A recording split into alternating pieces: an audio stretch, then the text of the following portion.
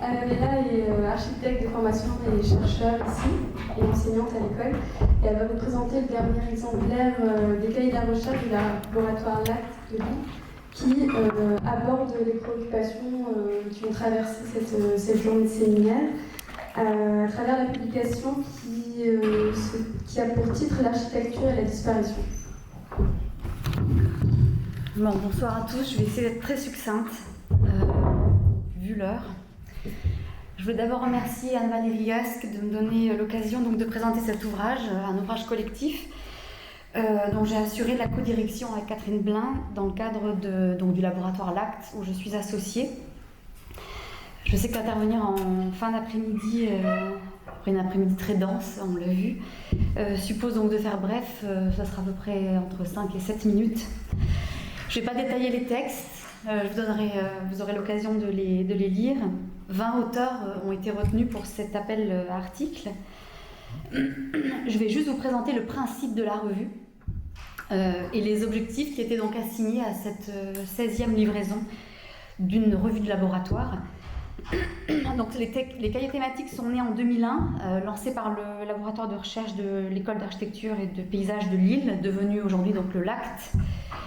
Et l'objectif à l'époque, en 2001, c'était déjà de favoriser des croisements disciplinaires sur des thématiques très précises et d'ouvrir absolument ces colonnes à des jeunes chercheurs qui se confrontent aussi à l'avis et à l'opinion de chercheurs plus reconnus, de chercheurs confirmés. C'est cette approche qui était considérée par le laboratoire comme permettant de renouveler des problématiques scientifiques. Et le rythme de la publication est encore assez soutenu, c'est quand même une livraison par an, et qui est dirigée à tour de rôle par l'un des 4 domaines de recherche du laboratoire. Donc le laboratoire a 4 domaines, l'histoire, matérialité, conception et territoire.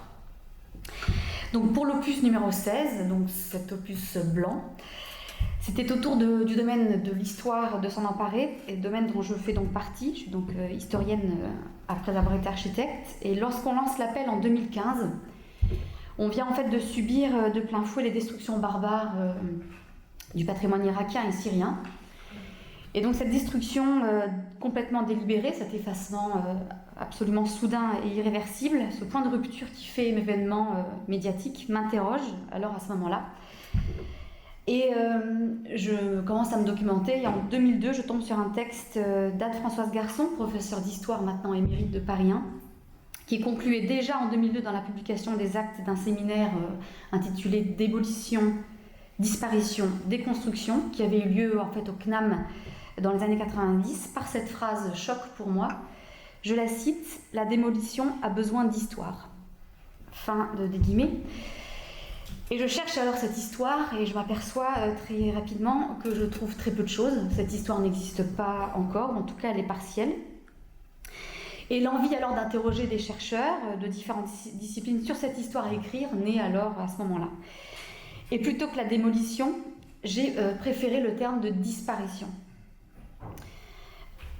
Parce que pour moi la disparition désigne à la fois un processus, donc le fait de disparaître, mais aussi l'état ultime de ce processus, c'est-à-dire la perte ou l'absence irrémédiable d'être ou de choses.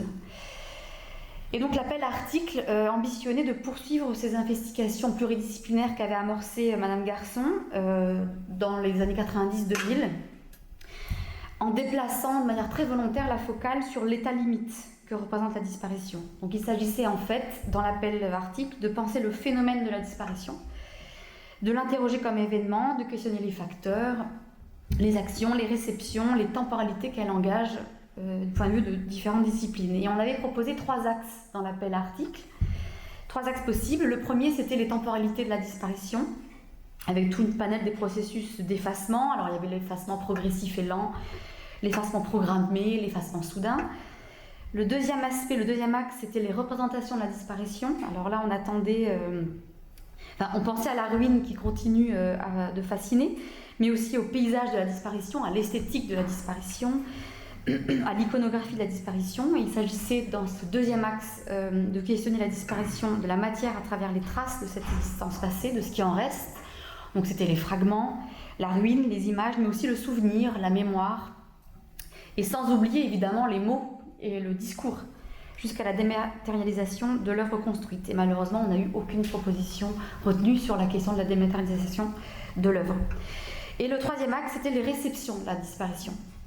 Cet axe, qui était beaucoup plus épistémologique, consistait en fait à questionner le rapport que l'homme, alors ça pouvait être l'architecte, l'usager, le politique, l'historien, le sociologue, entretient avec la disparition de l'architecture et des territoires, et d'explorer aussi toutes les différentes déclinaisons, en particulier la violence, et ou l'émotion que cet état extrême peut susciter dans chacun de ses usagers, enfin, ou personnalités.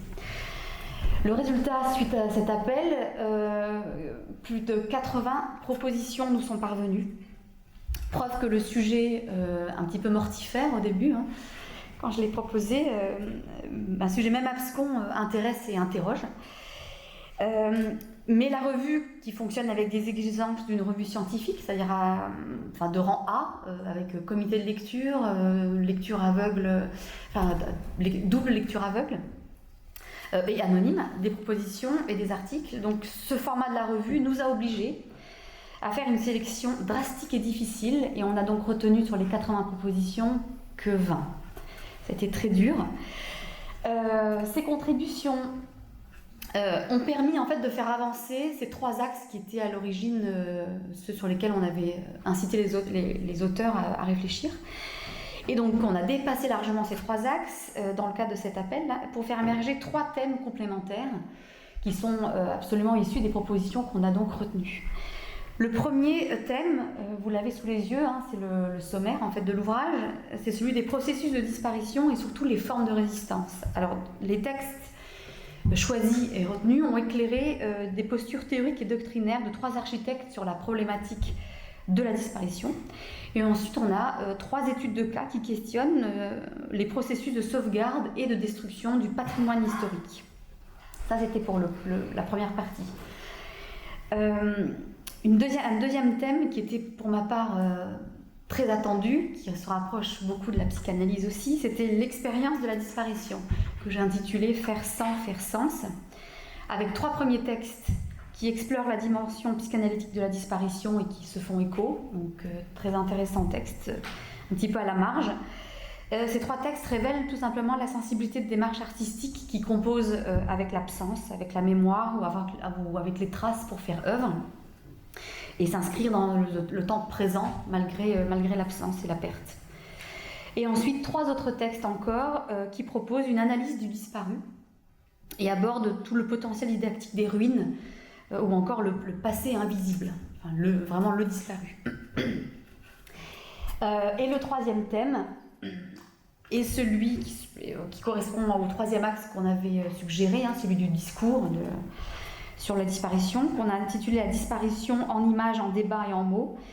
C'est tout simplement l'analyse des discours sur la disparition. Donc les textes ont montré, par exemple, la manière dont les médias et les architectes s'emparent des opérations de rénovation urbaine dans les années 50-70 pour construire et légitimer leur position politique ou théorique. Alors ces 20 textes retenus ont répondu à l'appel qui entendait, donc je le disais, interroger les impacts de la disparition, la perte, la suppression, l'anéantissement, l'effacement, l'absence et leurs conséquences sur le paysage, qu'il soit psychique ou urbain d'ailleurs. Et à travers toutes ces contributions, la thématique de la trace est omniprésente. Et c'est bien la trace qui interroge la manière dont l'homme élabore sa relation à la temporalité. C'est peut-être comme par cette phrase qu'on pourrait résumer cette contribution collective. Alors mon seul regret, qui est grand pour moi, c'est que dans l'appel, j'avais suggéré que cet opus puisse se fermer par des témoignages d'architectes confrontés aujourd'hui à la disparition d'un de leurs édifices, d'un de ces édifices. Aucune proposition nous est parvenue sur cette thématique. Et ça aurait été une occasion de les questionner sur leur rapport à la perte de ce quelque chose d'eux qu'ils ont construit. Je lance donc ici un nouvel appel à des architectes qui seraient intéressés pour un entretien. Et je clôt d'ailleurs l'introduction de cet ouvrage collectif en prenant en exemple l'œuvre de Paul Chemetov, dont certains édifices sont menacés de démolition ou déjà démolis pour certains d'entre eux. Et certains articles dans les années récemment, 2010, dénonçaient en fait ces disparitions qui étaient qualifiées de décomplexées. Et dans ces articles, titres provocateurs comme, je cite, solde d'été du patrimoine architectural du XXe siècle, fin des guillemets, ou encore tout doit disparaître, ne sont pas pour moi anodins. Ces expressions très mercantiles montrent à quel point l'architecture, entendue depuis 1977 quand même comme l'expression de la culture, est désormais offerte à la consommation en tant que produit de marchandisation, et je trouve que c'est une grande peine. Ce qui fait d'ailleurs dire à Paul Chemetov, je le cite, que la démolition devient un projet. Et je concluais ce texte introductif en me demandant si nous n'étions pas aujourd'hui dépourvus de discernement, si nous étions encore capables d'hériter de nos aînés les plus proches, parce que c'est quand même l'architecture la plus récente qui est la plus stigmatisée. Et surtout, je m'interrogeais sur la perte de foi en l'héritage culturel, la perte de foi en la transmission de la culture qui reste pourtant, pour moi, un lien fort entre la génération à venir et celle qui disparaît ou qui a déjà disparu. Donc interroger la disparition, c'est donc aussi aller vers d'autres sujets, d'autres pistes qu'a soulevé en fait cet appel, comme la crise de la transmission, la crise de l'héritage qui caractérise la culture postmoderne qui a émergé depuis 1968, avec, comme le disait Joëlle Collier, historienne de la musique, musicologue, avec 1968, la révolte des héritiers, ces personnalités qui ne voulaient plus hériter. Et peut-être que ça peut faire déjà l'objet d'un autre appel à article pour un autre labo. Voilà, donc j'ai fait court, j'ai pas présenté les auteurs, vous les avez en première page, voilà, ils sont une vingtaine, malheureusement il en reste 60 sur le carreau, mais qui étaient tout aussi riches, voilà, c'était à regret. Et certains, voilà, bref, je m'arrêterai là, vous avez l'ouvrage.